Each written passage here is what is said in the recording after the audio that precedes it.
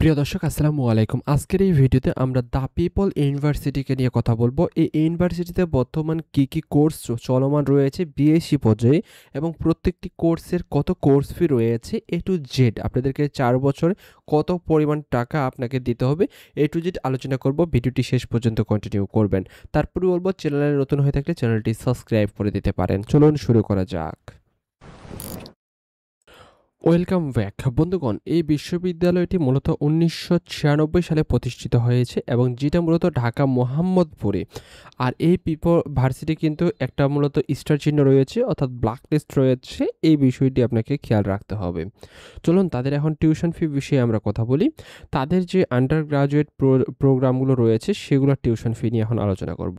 প্রথম যে programme BSc in CSC, যেগুলো তো অ্যাডমিশন আপনাদেরকে 15,000 দিতে হবে, পার সেমিস্টারে 45,000, 4 বছরের টোটাল দিতে হবে 3,60,000 টাকা। দেন হচ্ছে ডিপ্লোমা হোল্ডারদের জন্য, আপনারা যারা ডিপ্লোমা করেছেন শেষের উপরে কিন্তু এখন আপনারা বিএসসি করতে যাচ্ছেন তাদেরকে দিতে হবে 1,43,000 টাকা। দেন সরাসরি বিএসসি ইন টেক্সটাইল, অর্থাৎ যারা ইন্টারের পরে সরাসরি টেক্সটাইলে ভর্তি হতে যাচ্ছেন তাদেরকে দিতে হবে 3,72,000 টাকা।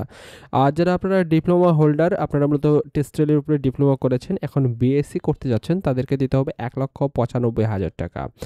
দেন মূলত হচ্ছে বিজনেস অর্থাৎ বিবিএতে দিতে হবে 3,66,600 টাকা এবং ম্যানেজমেন্টে আপনি দিতে হবে 3,36,000 টাকা। দেন যে সাবজেক্ট ল অর্থাৎ এলএলবি সেখানে দিতে হবে 4,08,900 টাকা। দেন যে সাবজেক্টটি হচ্ছে পলিটিক্যাল সায়েন্স, সেখানে আপনাদেরকে টিউশন ফি টোটাল 4 বছরে দিতে হবে 1,69,200 টাকা।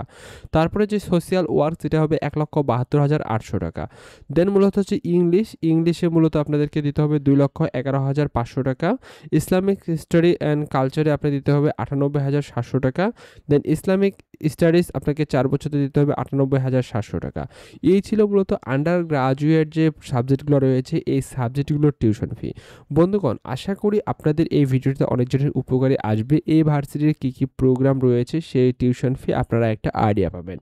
ভালো থাকবেন। আল্লাহ হাফেজ। আসসালামু আলাইকুম।